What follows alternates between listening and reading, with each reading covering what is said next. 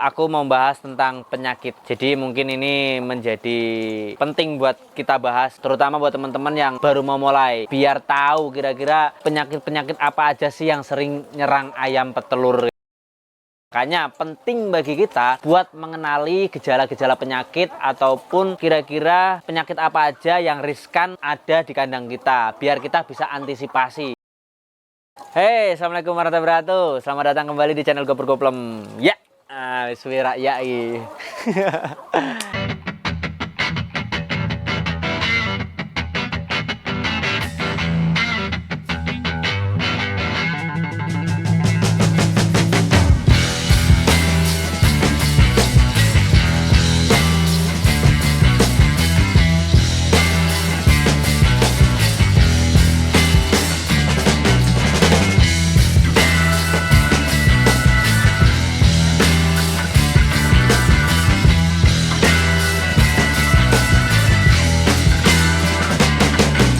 Teman-teman pasti di rumah sehat ya, makanya sempetin nonton video Gopur Goplem ini.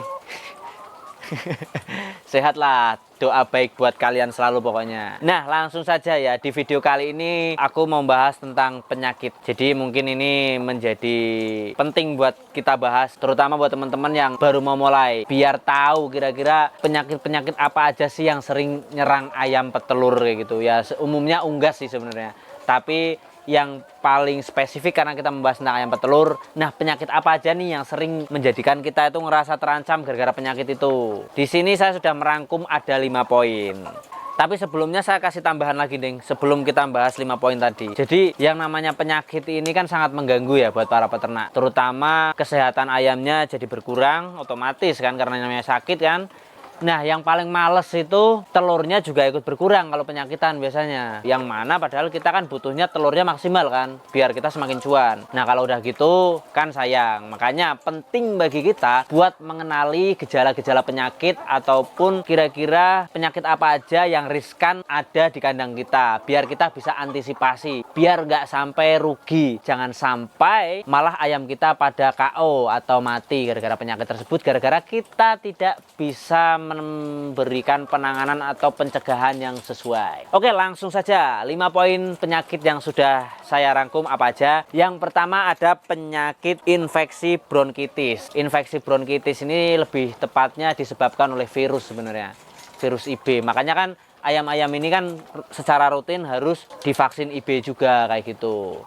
Nah, gejalanya seperti apa? Kalau udah infeksi bronkitis itu biasanya ayamnya jadi kayak penguin gitu. Pantatnya isinya air semua gitu.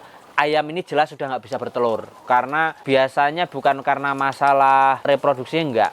Tapi si ayam ini biasanya mengalami masalah di pencernaannya sampai akhirnya isinya air semua. Kurang lebih kayak gitu.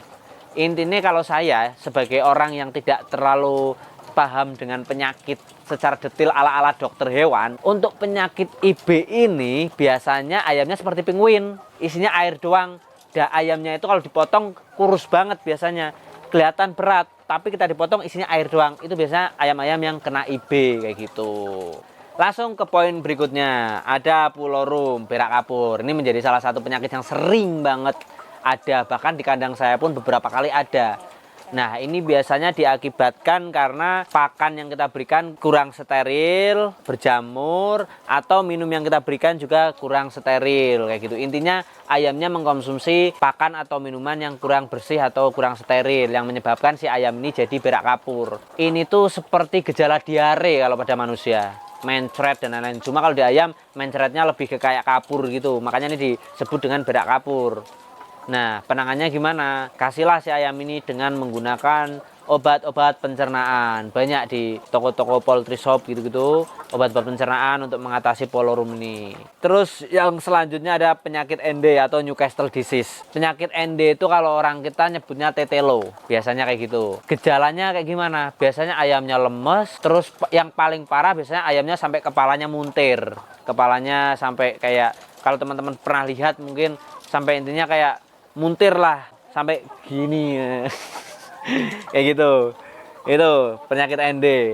Nah, ini salah satu penyakit yang lumayan serius juga sih. Tingkat penyebarannya lumayan tinggi. Si ayam juga resiko kematiannya cukup tinggi. Makanya kalau sudah kena ND biasanya harus dipisah. Kalau mau diselamatin harus dipisah. Misal nggak mau diselamatin, ya langsung disembelih aja. Karena sulit biasanya ayam-ayam seperti ini untuk bisa sehat lagi kayak gitu. Lalu kemudian ada EDS atau egg drop syndrome. EDS ini secara kesehatan sebenarnya ayamnya hampir seperti normal. Cuma biasanya vialnya agak pucat, tidak merah merona.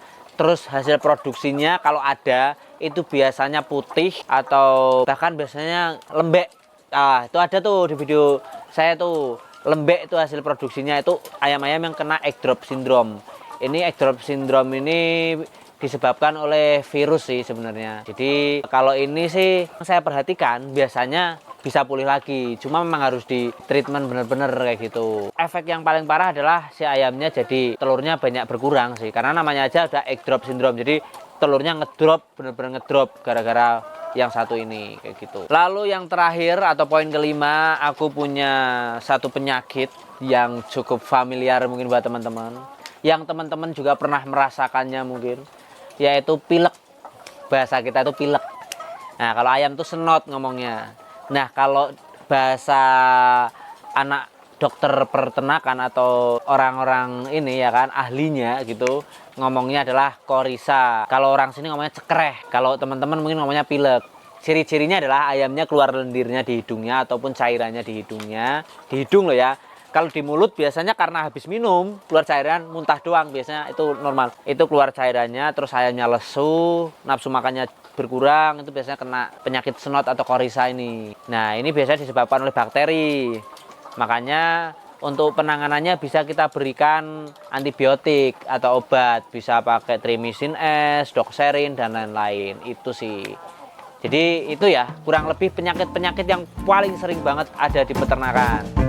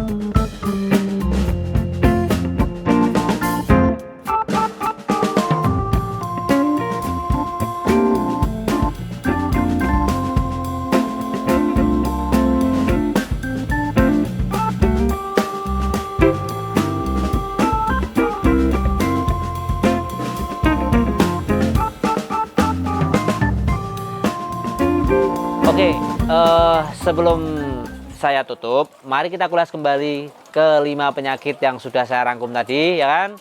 Yang pertama ada penyakit infeksi bronkitis atau IB. Makanya penting buat teman-teman untuk melakukan vaksin IB secara rutin kayak gitu, secara terjadwal lah kayak gitu. Terus ada pulorum atau berak kapur.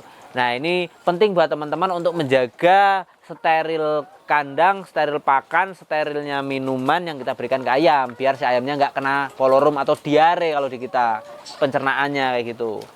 Terus yang kemudian ada penyakit ND atau Newcastle disease. Ini yang disebabkan oleh virus ND. Ini menjadi momok peternak. Kalau udah kena ND biasanya lumayan mengerikan. Penyebarannya juga tinggi, tingkat kematiannya juga tinggi. Makanya penting bagi kita untuk melakukan vaksin ND. Terus kemudian ada penyakit EDS atau egg drop syndrome. Ini juga nggak kalah penting untuk teman-teman harus diperhatikan nih. EDS ini biasanya telurnya jadi ngedrop. Nah, sayang banget kan kalau kita melihara ayam kok telurnya pada ngedrop. Yang ada kita cuma rugi ngasih makan aja kayak gitu. Lalu yang terakhir ada penyakit senot atau korisa. Ciri-cirinya yaitu tadi biasanya di hidungnya mengeluarkan lendir, ayamnya lemes, terus standar ayam penyakitan itu kalau udah penyakitan vialnya juga lemes, ngelentuk, nafsu makan berkurang, dan satu lagi untuk jenis penyakit yang satu ini termasuk tingkat penularannya cukup tinggi. Makanya kalau ada yang senot, segera lakukan pengenanganan, yaitu dengan sterilisasi kandang, pemberian disinfektan, ataupun yang senot parah itu langsung dipisah, langsung diobatin kayak gitu-gitu. Dan tingkat kematiannya pun ya lumayan, walaupun nggak semengerikan Ende sih sebenarnya. Asal penanganan kita tepat dan tidak telat. Nah, dari kelima itu, makanya saya cuma bisa ngasih poin adalah mencegah lebih baik daripada mengobati. Makanya penting di kandang-kandang kita itu ada yang namanya pemberian vitamin secara rutin, pemberian antibiotik secara rutin, pemberian vaksin secara rutin. Itu fungsinya adalah untuk mencegah. Oke? Itu aja. Terima kasih buat teman-teman yang sudah nontonin video Gopur Goblem sampai selesai. Jangan lupa like, komen, dan subscribe. Untuk kali ini saya sekali-kali mau ngomong kayak gitu. Oke, sehat selalu ya. Jangan lupa apa-apa yang mau di-sharingkan di bawah silahkan dituliskan di kolom komentar. Bye-bye. Oh ya, assalamualaikum warahmatullahi wabarakatuh.